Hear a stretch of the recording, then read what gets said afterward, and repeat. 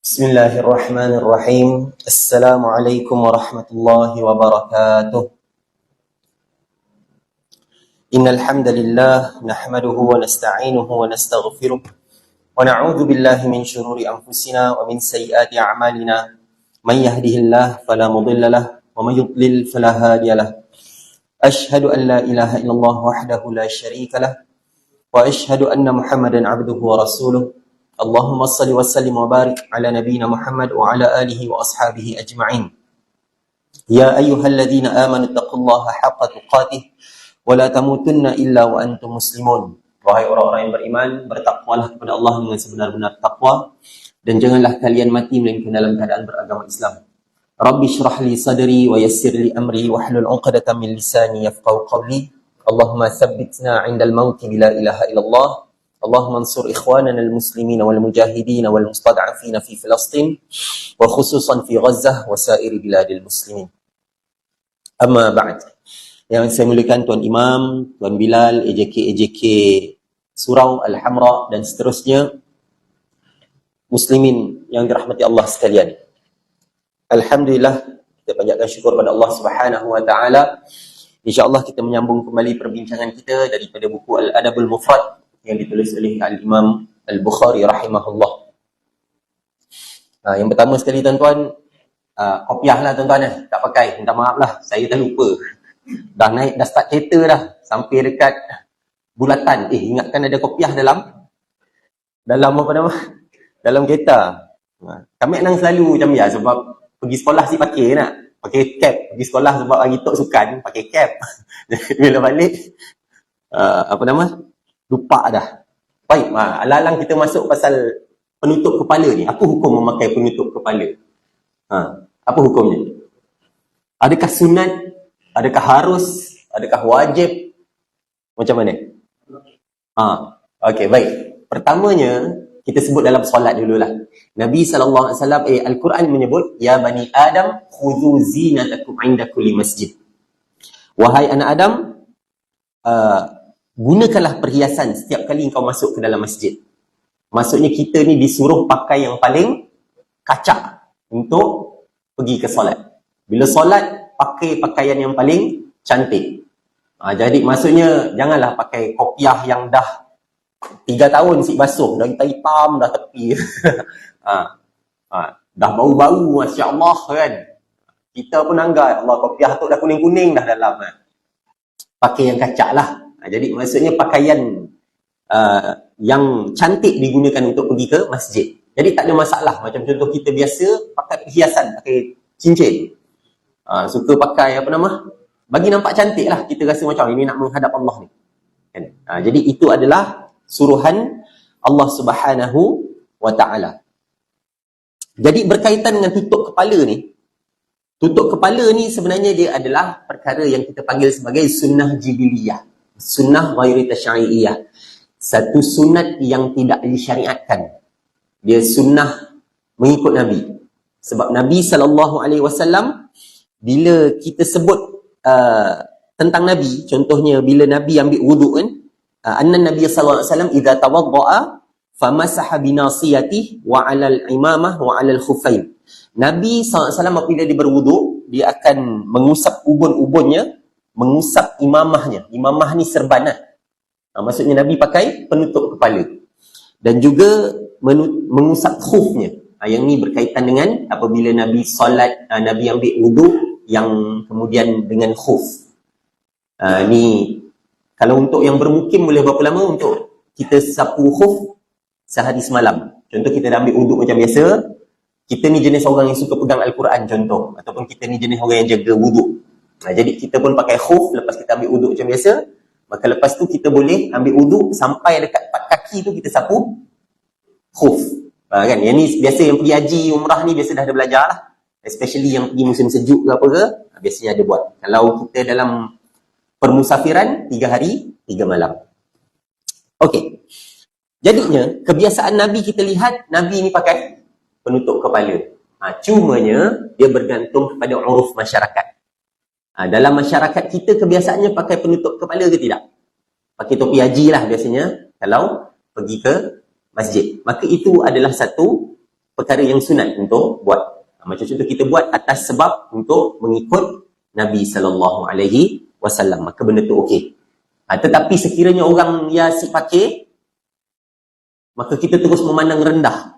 Oh ya ni aku ni pergi masjid pakai kopiah, asyik pakai topi haji. Yang tu adalah satu perkara yang salah juga. Dia tak ada memberi apa-apa impak yang besar. Dia cuma kebiasaannya orang berilmu, para ulama kita akan tengok mereka akan biasanya menutup kepala. Sebab tu kita tengok geng-geng ustaz biasa pakai penutup kepala lah. Jaranglah kita jumpa ustaz-ustaz yang biasa tak pakai penutup kepala ke apa ke. Jadi hukumnya sunat lah, tapi bukanlah perkara yang syariat. Solat tak tutup kepala pun sah. Dan tak adalah kita kata kurang pahala sebab si pakai kopiah, si ada masalah. Jadi yang ada, Nabi SAW kata jangan solat dengan apa nama benda ni? Allah, atiq ni. Apa nama benda ni? Ni apa? Bahu. Jangan bahu ni tak tutup. Tu ada. Jadi hukum solat tak pakai baju. Contoh mazhab Syafi'i lelaki kan kita punya aurat cuma pusat sampai lutut, pakailah kain pelekat sampai situ. Pasal solat. Makruh lah hukumnya. Ulama tak kata haram. Dia makruh. Majoriti ulama kata makruh. Jadi sebab tu tak boleh solat pakai gitu. Jadi kebiasaannya sahabat Nabi, mana yang tak ada pakaian, yang biasanya pakaian mereka cuma satu kain, mereka akan ikat dekat atas ni. Supaya ada macam cover sikit. Tutup sekali ni. Memang ada.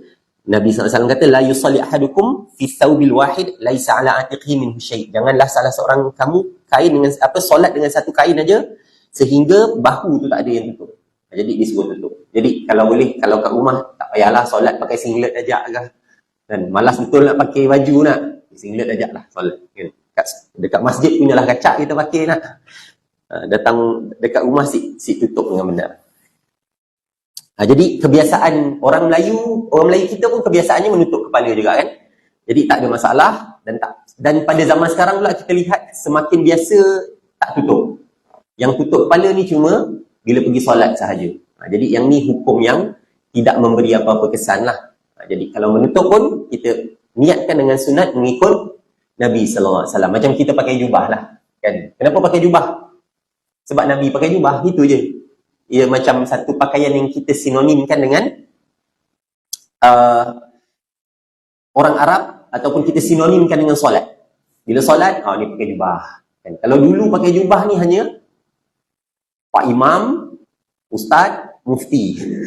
Kan? Ya, ajak. Balik haji. Nak balik haji, pakai. Dulu. Kini tok si. Biak pun kita dah biasa nangga, pakai jubah. Jadi itu sedikitlah berkaitan dengan dengan hukum memakai kopiah. Ada sebahagian yang berpendapat solat tanpa penutup kepala ni makruh. Ada yang berpendapat sedemikian. Sebahagian kata hukumnya makruh tanzih, ada kata hukumnya tak ada apa-apa masalah. Sebab perkara itu, menutup kepala ni kita panggil sebagai satu bentuk memperindahkan pemakaian kita. Jadi dia adalah satu kebiasaan. Dan dia tak menjadi hukum yang kita kata terlalu ketat lah. Sebab macam contoh apabila kita menunaikan haji atau umrah pada waktu kita pakai ihram kan. Boleh tutup kepala Sik boleh, haram tutup kepala. Melainkan ada sebab-sebab tertentu yang sangat teruk lah. Macam contoh ada penyakit kepala yang tak boleh kena panas ke apa ke, baru cerita lain lah. Tapi pada hukum asalnya tak boleh tutup kepala. Jadi tak ada apa-apa masalah. Okey, kita masuk kepada bab daripada Al-Adabul Mufrad pada hadis yang ke-615.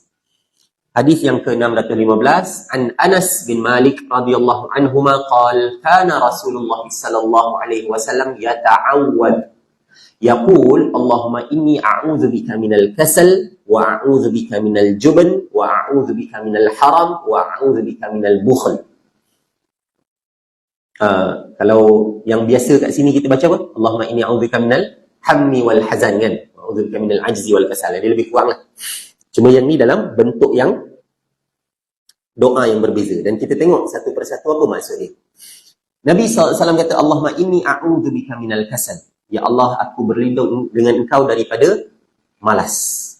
Sifat malas. Wa a'udzu bika minal jubn. Dan aku berlindung dengan engkau daripada pengecut. Sifat pengecut. Wa a'udzu bika minal haram. Dan aku berlindung dengan engkau daripada al-haram. Haram ni ketuaan, apa kita panggil kenyanyukan lah kot. Tua yang sampai babur. Orang situ panggil madah demi anak. Macam nyanyuk lah, nyanyuk. Tua yang nyanyuk. Wa a'udzubika minal bukhl, dan aku berlindung dengan engkau daripada sifat kedekut. 4 benda yang Nabi sallallahu alaihi wasallam minta perlindungan, dan sebenarnya banyak benda yang Nabi minta perlindungan. Ni antaranya. Contoh yang famous kan kita sebut, Nabi doa, Allahumma inni a'udzubika min ilmin la yanfa'. Ini antara doa yang saya sendiri suka baca lah, sebab dia menarik. Ya Allah, aku berlindung dengan kau daripada ilmu yang tidak bermanfaat. Wa min qalbin la yakhsha', daripada hati yang tidak khusyuk, yang tidak tenang, tak khusyuk.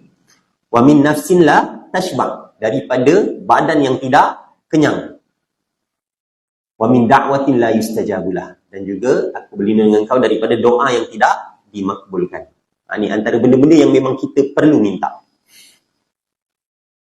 Kita minta daripada ilmu, perlindungan daripada ilmu yang tidak bermanfaat. Berapa banyak daripada kalangan kita ni yang ada ilmu tapi ilmu tu tak memberi manfaat. Ataupun kita ada ilmu yang memang tak bermanfaat pun. Ilmu bermain Counter Strike. Kan? Dulu saya zaman belajar dulu suka main game tembak-tembak. Sampai kini tu saya ada apa-apa. Ilmu tu dah tak bermanfaat dah. Macam mana main tu tembak kan. Satu zaman dahulu kan. Dia ilmu yang tak bermanfaat dah lah. Tak ada apa-apa lah. Cuma mungkin ada lah kot. Orang kata, dia panggil apa nama tu? Antara kebaikan main game ni, adalah yang sebahagian buat kajian dia kata, dia boleh multitasking. Multitasking maknanya dia boleh buat macam-macam kerja dalam satu masa. Adalah kot. Mungkin. Ataupun dia lebih well versed dengan apa nama tu, komputer kan. Adalah kebaikan sikit-sikit, tapi daripada segi keburukannya banyak jugalah. Kita tengok contoh yang pertama tadi, Allahumma inni a'udzubika minal kasal. Ya Allah, aku berlindung dengan kau daripada sifat malas. Sifat malas ni adalah sifat yang memang ada dalam setiap manusia, cuma berbeza macam mana cara kita melawannya. Dan kita lihat fenomena pada hari ini, berapa ramai orang yang malas solat. Ni semua dah tahu dah. Solat tu wajib. Meninggalkan solat itu haram. Tak solat mendatangkan dosa yang sangat besar. Ancamannya neraka. Kita dah tahu dah. Semua dah tahu dah. Daripada sekolah ustazah bagi tahu ustaz macam tu. Masuk sekolah menengah macam tu juga. Tapi kenapa masih ramai lagi yang tidak menganggap benda tu penting? Sebab apa? Ini fenomena yang berlaku bukan sekadar di kalangan kanak-kanak. Orang dewasa pun ramai, tuan-tuan. Setiap kali saya, bila kelas dekat sekolah kan, saya mengajar sekolah rendah, kita akan tanya, siapa solat subuh hari ni? Kalau saya rajin tanya, dia jadi ramai sikit lah. Ada sikit lah, tak tahulah dia tipu ke tidak ke, tapi biasa budak ni tak berapa tipu lah. Sebab dia biasa kalau dia tak solat, memang dia tak angkat tangan. Sebab kita tak hukum ke apa kan. Jadi last kali kita akan tanyalah, mak ayah solat sih? Realitinya adalah mak ayah sik solat. Ataupun mak ayah dah bangun lewat, dah terus siap sibuk solat. Ada juga macam dia solat tapi anaknya sibuk solat sebab anaknya lewat. Ni sayang juga. Ada juga macam dia. Tapi kebanyakannya adalah mak ayah sendiri tidak solat. Sedangkan ancaman demi ancaman solat ni kita dah tahu sangat dah lah. Kan berapa kali dah ustaz-ustaz benda tu diulang-ulang. Kita sebut tentang bainal mar'i wa bainash syirk wal kufr tarkus salah. Di antara satu manusia ni, seseorang ini dengan daerah kekufuran dan kesyirikan adalah meninggalkan solat. Bila dia tinggalkan solat, maksudnya dia dah masuk ke dalam daerah kekufuran dan kesyirikan. Mazhab Ahmad contohnya menganggap meninggalkan solat memang kufur terus. Keluar daripada agama Islam. Terus keluar dah. Kira bukan Islam lagi dah, tuan-tuan. Bukan cerita fasik ke tidak. Mazhab Syafi'i ada lembut sikit. Iaitu apa dia? Kalau tinggalkan solat, fasik. Dia tak boleh jadi wali. Nikahkan anak pun tak boleh sebenarnya. Fasik kan? Sampai tahap begitu sebenarnya. Akan tetapi, kita nampak macam ringan mazhab Syafi'i ni, sebenarnya pun berat juga. Dia kata kalau orang tu tak nak solat juga, penjara. Dan disuruh untuk solat. Lepas 3 hari tak nak solat juga, bunuh. Mati. Tapi mati disolatkanlah sebab dia mati Islam. Kalau mazhab lain, mati kafir, suruh solat tak nak solat kat, mati kufur. Mati dan tidak disolatkan. Sampai tahap macam tu. Bukan benda yang ringan. Kalau kita lihat pada penerangan para ulama, menunjukkan meninggalkan solat ni adalah dosa yang sangat besar. Pada hari ini, bila orang tu jaga solat, kita anggap, wah dia ni alim, soleh. Wah, bagus betul. Maksudnya seolah-olah macam ini adalah Islam yang level, yang ni, dia ni memang ni lah, memang betul-betul ikut Islam. Sedangkan kita kalau ikutkan, Islam ni wajib solat. Tak kisah kau jahat macam mana pun, dia adalah wajib. Sehingga keluar kepada zaman sekarang, dia ada panggil practicing Muslim. Dengan Muslim but not practicing. Practicing Muslim ni maknanya orang Islam yang mengamalkan Islam. Ada juga orang Islam yang tak amal Islam. Apa dah? Jadi Islam yang hanya pada nama ada juga, kan? Sayang tuan-tuan, pada hari ini even dekat Malaysia ramai sangat orang yang tidak solat. Jadi kadang-kadang bila kita duduk dalam kawan-kawan kita kan, kebetulan kita ni orang surau, orang masjid. Jadi yang kita kenal orang semua solat. Tapi kalau kita pergi kawan dengan orang lain sikit tuan-tuan, ya Allah, ramai sangat yang tak solat. Terlalu ramai. Kalau kita keluar sikit daripada klik kita, satu kadang-kadang kita ni bincang jauh ke langit cerita dia. Apa nama, hukum halal, haram, harus, makruh, apa semua ni kan. Sekali tiba-tiba bab jaga solat, ramai lagi orang Islam yang tidak jaga solat. Ramai lagi. Anggaran mungkin 80% orang Islam tak jaga solat dekat Malaysia. Kemungkinan. Majoritinya tak jaga solat. Yang jaga solat ni berapa persen je lah. Yang jaga solat 5 waktu ni lagilah. Ada juga yang solat, tapi dia solat, saya tak solat subuh dengan tak solat asar, tak sempat Ustaz. Yang lain saya solat, subuh dengan asar tak sempat. Tapi yang 3 lagi solat. Ni ramai juga. Tapi at least dia adalah solat. Walaupun sebenarnya tak cukup syarat. Masih juga dia meninggalkan solat. Ni. Jadi, ini perkara yang Nabi minta. Daripada segi, hilangkan rasa malas. Dan malas ni mencakupi bukan sekadar solat lah. Kadang-kadang kita malas daripada segi nak melakukan amal. Macam, malas lah baca Quran. Betul tak? Lagi mudah untuk kita buka Facebook dan scroll. Demi scroll. Kena top pula jenis short clips. Kita boleh scroll tu selama 3 jam. Tanpa perasan. Dapat tak kita scroll Al-Quran selama 3 jam. Tanpa perasan. Bismillah, baca. Dah 3 jam dah baca Al-Quran. Pernah tuan-tuan? Biasanya, lama dah baca ni. Baru 30 minit. Kan tu biasalah. Kan? Lama dah rasa baca Al-Quran. Yang tu biasa kita. Kita tak rasa lamanya scroll telefon, tapi kita rasa lama apabila baca Al-Quran. Itu kita minta perlindungan daripada Allah, perlindungan dengan Allah daripada sifat malas. Yang kedua, al-jubn, sifat pengecut. Wa a'udzubika minal jubn. Ya Allah, aku meminta perlindungan denganmu daripada sifat pengecut. Sifat pengecut inilah antara penyebab seseorang itu tak dapat melaksanakan kewajipan dan juga menunaikan hak-hak Allah Subhanahu wa taala. Dia tidak membenci ahli maksiat. Dia tak nak mengubah kemungkaran dan juga tak nak menunaikan hak-hak harta. Dia sebagai pemimpin dia buat tak kisah je. Sebab apa? Sebab pengecut. Contoh paling senang tuan-tuan pada hari ini ni, sekarang ni. Isu Palestin dah berapa lama dah? Berapa lama dah? Okey, kita katalah daripada 7 Oktober itu. Maksudnya dah dekat 6 minggu dah. Betul tak? 6 minggu dah tuan-tuan. Dah lebih 30 hari dah. OIC dah bersidang belum? Dah. Apa dia punya natijah ni? Semua pemimpin-pemimpin Islam ni dah bersidang. Dia kata pada Israel, dia kecam, ini adalah satu bentuk pembantaian yang jahat apa semua, maka kita minta supaya dihentikan. Itu je lah. Dia tak ada pun macam keluarkan satu resolusi. Okey, engkau kalau engkau tak stop benda ni, kami serang. Engkau kalau bom lagi satu lagi hospital, jaga. Kami akan hantar militeri. Kalau engkau bom lagi satu lagi sekolah, siap. Askar-askar kami hantar. Tak ada. Sikit pun tak ada.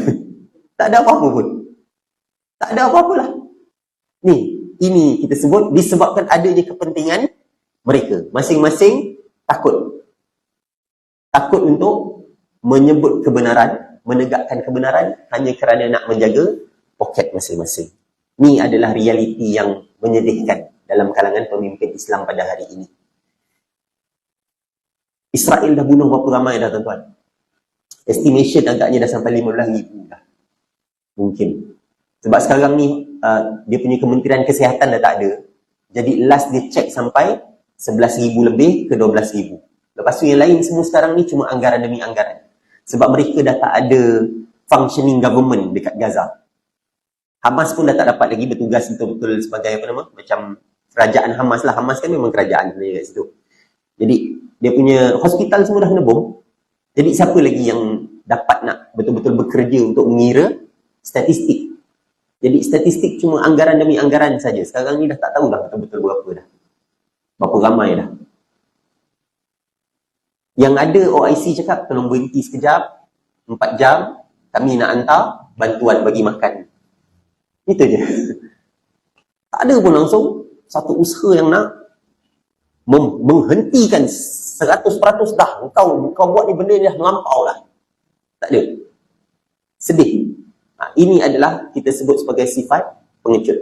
Kadang-kadang sifat pengecut inilah menjadikan kita tak berani nak menyebutkan kebenaran. Sebab kalau kita sebut, nanti hilanglah mata pencarian aku. Kalau aku sebut benda yang benar, nanti orang dah tak panggil aku kuliah. Kalau aku sebut benda yang benar ni, kalau menegakkan kebenaran, maka lepas ni orang dah tak ambil aku sebagai pemimpin. Sebab orang tak suka dengan benda yang aku nak buat. Ini sifat pengecut. Sifat yang sangat bahaya yang menjadikan seseorang itu tak berani untuk memberikan hak, nak menegakkan keadilan. Nabi SAW menyebut dalam satu hadis riwayat Ahmad, Nabi kata, syarru ma fi rajulin syuhhu hali' wa jubnun khali'. Sifat paling buruk pada satu orang lelaki adalah syuhhun hali', orang yang sangat kedekut, wa jubnun khali', dan orang yang sangat pengecut. Kedekut dan pengecut. Dua benda ni sikap yang jelas ada disebutkan oleh Allah Subhanahu Wa Taala berkenaan dengan ciri orang munafik. Sifat pengecut. Dalam surah Al-Ahzab contohnya, Allah kata asyihatun alaikum fa idza ja'al khawfu ra'aitahum yanzuruna ilaika taduru a'yunuhum kalladhi yaghsha 'alaihi minal maut. Mereka kedekut kepada engkau. Yang pertama dia kedekut, bakhil. Apabila datangnya bahaya, datangnya rasa takut kepada mereka, kamu akan melihat mereka itu memandang kepadamu dengan mata yang terpusing-pusing, mata yang berbalik-balik, seperti orang yang pengsan kerana akan mati. Sebab terlalu takut. Bila orang munafik ni, mereka apabila dalam peperangan, dia duk harap, macam aku jadi ni. Dia tak rasa macam, kita tengok macam ada orang yang berani. Macam kita tengok yang berlaku dalam video klip-klip Palestin kan. Masing-masing cakap, tak apa, aku mati syahid pun okey. Benda tu nampak memang sedih tuan-tuan. Tapi sebenarnya mungkin itu adalah satu nikmat bagi mereka yang Allah berpilih mereka ni sebagai penghuni-penghuni syurga yang kita nampak depan mata kita. Manakala orang munafik pula, bila berlaku perkara ni, kita akan nampaklah mereka adalah orang yang paling penakut, orang yang paling cepat lari, orang yang cuba nak paling awal untuk menyelamatkan diri. Sifat orang munafik.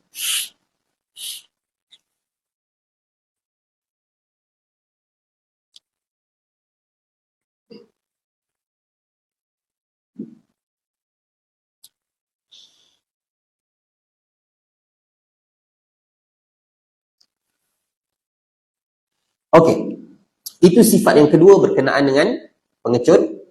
Yang ketiga, Nabi SAW meminta perlindungan daripada al-haram, tua yang sampai tahap pelupa. Memang ada Nabi SAW meminta perlindungan, apabila aku ni, ya Allah janganlah aku ni dikembalikan, an uraddu ila ardhalil umur, aku ni dikembalikan kepada tua yang sangat nyanyuk, tua yang dah tak ingat apa-apa. Sebab apabila seseorang itu dikembali kepada usia yang tua dan kemudian dia terkena, zaman sekarang dia panggil apa? Alzheimer kan. Lupa nama sendiri pun lupa dah. Lupa apa nama anak, lupa umur dia berapa, dia rasa macam dia masih kecil, dia rasa macam dia masih baby, ataupun dia rasa macam dia kanak-kanak lagi lah. Sebab dulu adalah yang saya kenal dahulu kan, dia umurnya sampai kepada umur 120. Tua yang sangat tua kan. Jadi apabila usia yang sangat lanjut dan Allah tarik kemampuan dia untuk berfikir secara waras, maka dia menjadi tua yang nyanyuk, dan kemudian dia mula melakukan perkara-perkara. Pada awalnya dia ingatkan dia masih pada usia dia yang umur dalam 40-50. Jadi dia bila dia tengok orang, dia ingatkan anak dia tu masih kecil lagi. Bila dia tengok bapak saya, dia ingatkan bapak saya tu masih baru balik sekolah. Kan? Pada anak dia dah besar ni lah. Kan? Ini cerita 10 tahun, 20 tahun lepas lah. Masa tu saya pun umur at least dah 20 tahun lah masa tu kan, 20 lebih kan. Jadi dia ingat ayah saya tu masih umur 17, baru balik sekolah, singgah rumah dia apa kan. Dia ingat macam tu. Jadi sampai pada usia yang lanjut lagi, lepas benda tu dia mula lupa sampai tahap dia tak dapat dah jaga air kencing dan juga buang air besar dia kan. Dan kemudian dia mula bermain dengan najis dia sendiri. Jadi sebab tu Nabi SAW meminta supaya tidak dikembalikan kepada tua yang sangat tua, yang mana sampai tahap kita ni dah tak normal lah. Jadi biarlah meninggal dunia sebelum tahap, kita tak naklah orang ingat kita ni dalam keadaan kita yang sedemikian kan. Biarlah orang ingat kita ni pada usia yang kita masih waras. Kalau kita sakit ke tak apa lagi lah, tapi masih waras lagi pemikiran. Tapi bila pemikiran kita dah tak waras, maka orang akan ingat kita satu versi adalah pada waktu dia sihat dahulu, dan satu versi dulu apabila dia dah lupa macam-macam dah. Kan? Macam contoh mak saudara saya, bila akhir usia dia umur berapa ni? 80 gitu kan. 80 lebih kurang. Mula lupa dah. Dan bila suruh solat, anak dia panggil solat kan. Mak solat mak. Malas lah. Padahal dia ni orang yang jaga solat. Terkejut anak dia dengar. Padahal dia ni orang yang jaga solat. Tapi dia ada bila dah tak berapa waras lah. Jadi kita meminta perlindungan daripada Allah Subhanahu Wa Taala supaya Allah tidak mengambil kewarasan kita. Macam mana cara nak kekal waras tuan? Brain activity ni nak bagi sentiasa banyak berfikir. Macam mana? Nombor satu, jangan tinggal solat lah. Daripada segi ibadah apa semua. Prof Dr. Ungku Aziz, kan usianya kan lanjut, tapi dia masih lagi boleh memikir dengan pemikiran yang sangat banyak. Jadi caranya macam mana? Kena banyak membaca dan banyak berfikir. Bila kita ni kerjanya duduk merenung, duduk depan rumah, nanggar manuk aja, macam ya. Cukup masa bangun, pergi makan. Jadi brain activity kurang, kita kurang berfikir kan. Maka sebab bila kita ada rangsangan, kita takutlah boleh terjadi benda-benda macam tu. Yang ni kena tanya pada doktor lah. Doktor yang ni macam yang buat research ke apa, macam mana nak jadikan supaya kurangnya risiko terkena Alzheimer ni. Salah satunya jangan putus doa. Jangan putus doa daripada meminta perlindungan daripada terkena penyakit nyanyuk. Dan yang terakhir, Nabi SAW meminta perlindungan daripada sifat kedekut. Wa'udzu bika minal bukhl. Ini adalah satu sifat, satu penyakit yang biasanya terkena kepada orang kaya. Orang miskin kedekut lah. Kurang sikit lah tuan-tuan. Biasanya kalau tengok pada orang miskin, macam contoh, kadang-kadang ada video-video yang keluar kan, sukalah saya tengok kadang-kadang sejap. Dia buat social experiment. Bila minta duit kepada orang yang biasa, ataupun minta makanan, dia kata saya lapar. Ni buat dekat negara US ke apalah kan. Biasanya orang biasa ni yang ada kerja apa semua, mereka ni tak peduli. Dia tak nak tolong. Tapi bila dia pergi duduk dekat orang yang pengemis, yang ada makanan sikit tu, dia duduk sebelah, cakap aku lapar apa semua kan, boleh tak tolong sikit? Dia sanggup bagi dua apa benda yang dia tengah makan. Ini sifat orang miskin yang hilang apabila seseorang tu mendapat kekayaan. Bila kita kaya, maka waktu itulah datang macam-macam penyakit. Dan penyakit-penyakit ni yang sama, yang atas ni pun datang pada orang kaya. Penyakit pengecut. Pada orang kaya lah. Sebab apa? Dia dah memikirkan macam mana ni kalau aku menegakkan kebenaran, hilanglah aku punya kekayaan. Hilanglah aku punya sumber pencarian. Hilanglah aku punya projek-projek. Bila nak cuba menegakkan kebenaran. Dalam masa yang sama jugalah, pada kedekut ni lah yang ada pada orang kaya. Lemah nak bayar zakat. Berat rasa nak bayar zakat. Berapa ramai manusia yang tak bayar zakat pada hari ni? Hari tu bincang dengan, apa nama? Joe itu kan. Sebut pasal ni. Apa nama? Berapa ramai orang yang duit dah berkepuk-kepuk dah dalam bank. Tapi tak pernah bayar zakat. Contoh siapa yang simpan duit dalam ASB tuan-tuan? ASB ni sebenarnya ada hukum yang kontroversi sikit lah. Sebahagian fatwa negeri mengatakan bahawa ianya harus. Tapi ada sebahagian fatwa yang mengatakan dia tidak patuh syariah. Tapi tak apalah. Katalah kita ambil fatwa yang membenarkan. Fatwa yang kata harus. Duit dalam ASB wajib bayar zakat. Katalah dalam ASB dah ada 100,000. Katalah orang yang suka simpan duit banyak-banyak kan. 100,000. Dapat keuntungan ASB berapa persen? 4%. Katalah 4%. 4% dapat berapa? 100,000? 4,000. Dapat 4,000. Sepatutnya dia kena tolak 2.5%. Jadi maksudnya daripada 100,000 tu dia kena bayar, kalau cukup haul dia kena bayar berapa? 2,500 untuk zakat sebenarnya. Betul? 2.5%. Dia kalau ikutkan daripada 100,000 lah. Sebab 4% tu masuk dia tak dia ni. Jadi maksudnya kalau kata masuk 4,000 tu, ambil 2,500 lah. Sebab dia kira yang cukup haul. Jadi 100,000 tu cukup haul dia, maka 2.5% ke 100,000 tu. Kalau kata ada masuk 4%, maksudnya yang keuntungan sebenar dia cuma 1.5%. Tu je sebenarnya. Yang lagi 2.5% tu sepatutnya kena masuk, kena bayar zakat. Kalau tabung haji senang. Tabung haji kata keuntungan berapa? 3% kan? Sebenarnya keuntungan yang sebenarnya semua sekali 5.5. Sebab 2.5% tu dia dah tolong bayar zakat. Jadi sebenarnya macam tu. Jadi tabung haji lagi selamat sikit lah tuan-tuan sebenarnya. Kalau ASB ni kita nampak besar. Wow, 5% kan? Tabung haji masuk 3% je, 2.5. Ada sekali dulu apa? Kecil je, 1.5 ke apa, 2% ke apa. Orang nampak kecil betul. Sebenarnya dia dah tolong bayarkan duit zakat lah kalau duit kita banyak lah. Kalau duit kita sikit, kita dapat 2.5% juga je. Tak adalah, kita dapat lebih lagi. Jadi ini antara perkara yang kena ingat. Abu Bakar As-Siddiq radhiyallahu an melakukan peperangan, melancarkan peperangan kepada orang yang tak nak bayar zakat. Bukan main-main. Tak bayar zakat ni adalah dosa yang sangat besar. Dan Abu Bakar kata, aku tak membezakan orang yang meninggalkan solat dan juga tak membayar zakat. Sama je. Bila tak tinggalkan solat, maknanya dia ni terkeluar daripada Islam.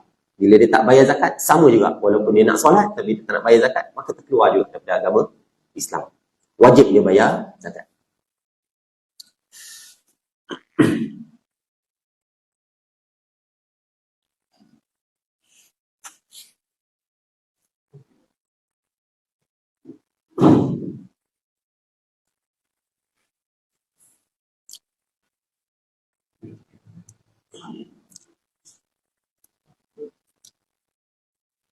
Okey.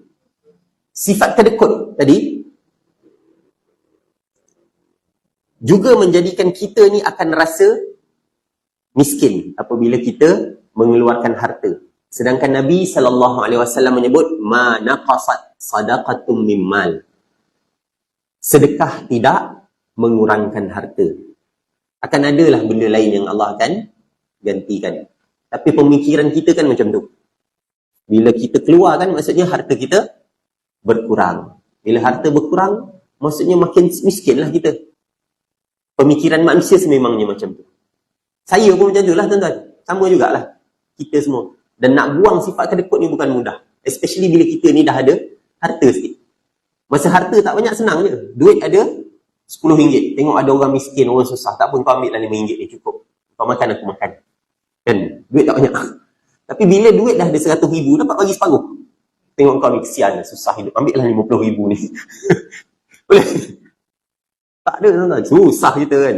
Bukanlah. Manusia zaman sekarang ni saya belum pernah jumpa lagi lah. Zaman sahabat je. Para sahabat kita tengok, apa nama? Saya tak ingat siapa nama tu. Yang sama-sama dengan Abdul Rahman bin Auf tu. Nabi jadikan dia, persaudarakan Abdul Rahman bin Auf dengan dia ni. Dia kata apa? Aku ada harta banyak ni. Dia orang kaya juga. Aku ada harta banyak ni. Kau ambil separuh. Untuk engkau hidup. Bahkan ada di kalangan mereka yang sanggup menceraikan isteri. Aku ada 2 orang isteri, aku ceraikan satu, kau ambil lah, kau kahwin dengan dia. Sampai tahap macam tu sekali. Boleh? Lain macam tu lah, sampai bagi isteri kan. Cerai, habis edah kau kahwin dengan dia. Tak adalah sampai tahap macam tu. Tapi nak bagi harta tu pun satu benda yang berat untuk kita. Kadang-kadang bila kita tengok orang minta makanan ke apa kan, ada waktunya kadang-kadang ada datang juga sifat kedekut tu. Bila tengok orang minta duit tu, ada waktunya dia lah kita rasa macam takut dia scam ke apa, penipuan ke apa kan. Tapi ada waktunya bila kita rasa nak tolong, tapi still juga kita rasa macam kalau bagi RM10 ni banyak juga ni, RM10. Tak nak bagilah. Tak apalah. Ni nanti aku cari tempat lain lah. Lepas tu kita lupa dah lah. Kita nak bersedekah RM10 tadi tu. Maka sebab itulah apabila kita ada datang rasa untuk melakukan kebaikan, jangan bertangguh. Buat terus. Rasa nak belanja. Nak bantu orang, bantu. Jangan bertangguh melakukan kebajikan. Okey. Hadis yang seterusnya. An Abi Hurairah radhiyallahu anhu 'ani Rasulillah sallallahu alaihi wasallam qala qala Allah azza wa jalla ana 'inda dhanni 'abdi wa ana ma'ahu idza da'ani. Kata Abu Hurairah radhiyallahu an daripada Rasulullah sallallahu alaihi wasallam bahawa Allah azza wa jalla berfirman. Maksudnya hadis ni adalah hadis qudsi. Hadis qudsi ni maksudnya apa yang Nabi sampaikan tu, Nabi akan sebut Allah berfirman. Kadang-kadang dia bukan ayat Al-Quran, tetapi dia datang daripada Allah. Kalau yang lain ni memang datang daripada perkataan Nabi sendiri. Yang ni datang daripada Allah, tapi Nabi relay dalam perkataan Nabi. Nabi sampaikan melalui perkataan Nabi sendiri. Kalau Al-Quran datang directly daripada Allah. Nabi tak ubah, tak apa. Tak ada Nabi cakap melalui perkataan Nabi, tak. Itu beza hadis qudsi dengan Al-Quran. Okey, Allah kata, ana 'inda dhanni 'abdi. Aku bergantung kepada sangkaan hamba-Ku. Wa ana ma'ahu idza da'ani. Dan aku bersama dengannya apabila dia menyeruku. Seorang hamba apabila dia mengangkat tangan meminta kepada Allah Subhanahu wa taala, meminta keperluannya kepada Allah, meminta kepada yang menciptakan langit dan bumi dan betul-betul mengharapkan supaya Allah memakbulkan apa yang dia minta tu, maka dia akan mendapati bahawa doanya akan diterima. Doanya akan diterima. Sebab Allah Subhanahu wa taala adalah yang Maha Penyayang, Allah yang Maha Mendengar, dan Allah yang Maha Melihat. Maka apabila kita meminta, kita menyangka, kita bersangka dengan sangkaan yang baik dengan Allah Subhanahu wa taala, maka demikianlah Allah akan jadi bagi kita. Kita ahli sunnah, kita ada dua rasa, dua sifat apabila kita bersikap dengan Allah Subhanahu wa taala.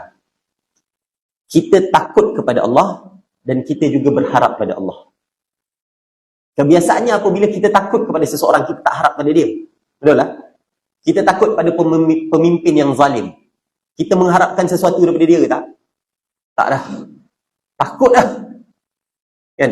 Dah takut. Memang aku tak ingin apa-apa dah pada dia. Yang kedua, apabila kita mengharapkan kepada seseorang, biasanya kita tak takut pada dia. Sebab itulah harapan kita. Kita mengharapkan kepada kawan ni. Kawan ni memang baik. Jadi inilah harapan dia. Nak bantu aku apa semua. Jadi biasanya kita tak takut. Tapi dengan Allah Subhanahu wa taala, kita ada sifat takut, ada khauf dan juga ada raja. Adanya pengharapan kepada Allah. Dua-dua kena ada. Dia tak boleh terlalu takut sampai tak mengharap, dan tak boleh terlalu mengharap sampai tak rasa takut. Bila terlalu takut tanpa mengharap, apa jadi? Jadi khawarij. Takut sangat dengan Allah sampai segala dosa semuanya kufur. Dia kata, zina keluar agama Islam, minum arak keluar dari agama Islam. Sebab takut sangat. Melampau sangat sifat takut kepada Allah tu sampai dia menghukum, dia jadi melampau. Dan tak juga jadi terlalu mengharap pada Allah sampai tahap tak rasa takut. Iaitu macam orang murji'ah. Murji'ah ni dia meletakkan pengharapan kepada Allah yang sangat-sangat sampai dia lupa bahawa Allah ni syadidul iqab. Allah ni maha membalas. Jadi dia kata tak apa, Allah kan maha pengampun. Tak apalah, dah tua nanti baru taubat. Tak apalah, Allah nanti ampunkan dosa. Yang ni terlalu mengharap pada Allah sampai tahap tak rasa takut apabila melakukan dosa. Jadi kita ahli sunnah, kita di tengah-tengah. Kita mengharap pada Allah dan juga kita takut pada Allah. Nak melakukan dosa kita takut, dalam masa yang sama kita juga mengharap pada Allah untuk mengampunkan dosa-dosa kita. Jadi pengharapan kita kepada Allah ni adalah sangat penting dan kita kena bersangka baik dengan Allah. Jadi sebab itulah apabila kita melafazkan taubat, kita bertaubat kepada Allah Subhanahu wa taala, kita hendaklah ada rasa bahawa Allah menerima taubat kita. Jangan kita rasa macam aku ni dosa banyak sangat, takkan Allah nak terima aku punya taubat ni. Besar sangat aku punya dosa ni, banyak sangat. Sedangkan kalau kita lihat kepada hadis Nabi sallallahu alaihi wasallam, Nabi dah jelaskan dah, ada satu hadis qudsi tu, Nabi jelaskan tentang bagaimana berluasnya rahmat Allah Subhanahu wa taala.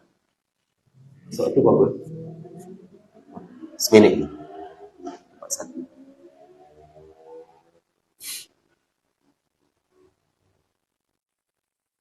Dalam satu hadis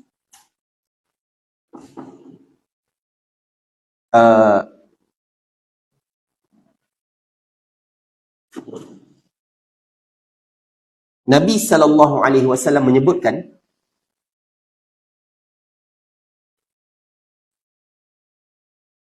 bahawa Allah Subhanahu wa taala berfirman. Hadis dalam riwayat Tirmizi. Allah kata, "Ya bani Adam, wahai anak Adam, innaka ma da'awtani wa rajautani, ghafartu laka 'ala ma kana minka wa la ubali." Wahai anak Adam, sesungguhnya jika engkau menyeru aku dan kembali kepadaku, berharap kepadaku, aku akan ampunkan dosa engkau, apa-apa yang kau lakukan, wala ubali, dan aku tak peduli pun. Allah kata, "Ya bani Adam, law balagat dhunubaka anana as-sama, Thumma astaghfartani ghafartu lak. Wahai anak Adam, sekiranya dosamu sampai kepada awan-awan di langit, kemudian engkau memohon keampunan kepada aku ampunkan kau. Ya bena Adam, law ataitani biqarabil ardi khataya thumma laqitani la tusyrik bi syai'a la ataituka biqarabiha maghfirah. Wahai anak Adam, jika engkau datang kepada aku dengan dosa sebesar bumi, kemudian kau bertemu dengan aku, engkau tak mensyirikkan aku dengan sesuatu pun, aku akan datangkan kepada engkau pengampunan sebesar bumi juga. Maksudnya, tak ada satu dosa yang Allah tak ampunkan. Sebab tu kena sangka baik dengan Allah. Kadang-kadang kan manusia ni kan kita rasa macam dosa banyak sangat. Nak kena pergi haji dulu baru Allah ampunkan dosa. Nak kena pergi umrah dulu. Sedangkan nak taubat dekat mana boleh? Mana-mana boleh. Dalam kereta boleh, dalam masjid boleh, dekat rumah boleh. Asalkan teringat, rasa macam teringat dosa. Lepas tu nak bertaubat lah. Kadang-kadang orang kita ni itulah, dia punya pemahaman dia salah faham kan. Jadi dia rasa macam, aku rasa nak kena pergi umrah dulu, nak kena taubat sana. Oh, okay. Azan.